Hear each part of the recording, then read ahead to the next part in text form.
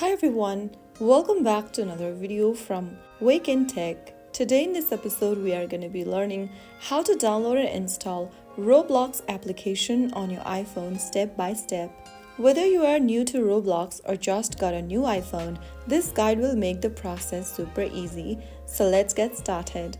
First of all, make sure that your device is connected to the internet via Wi-Fi or mobile data and tap open the App Store button from your iPhone. Once you get to your App Store, tap on Search at the bottom right and in the search bar at the top type in Roblox. Find the Roblox application from the search result from Roblox Corporation and tap on the Get or the cloud icon with an arrow in it. The Roblox app will now start downloading. Once installed, tap on the Open button to open up Roblox application on your iOS device. If you already have an account, you can now log into your account. If you are new, you can tap on Create Account and follow through the account creation process. After you create an account or login, you will be ready to explore, play games, and enjoy Roblox right from your iPhone. If you found the video helpful, don't forget to like, share, and subscribe to the channel. I will be back again in the next video. Thank you for watching.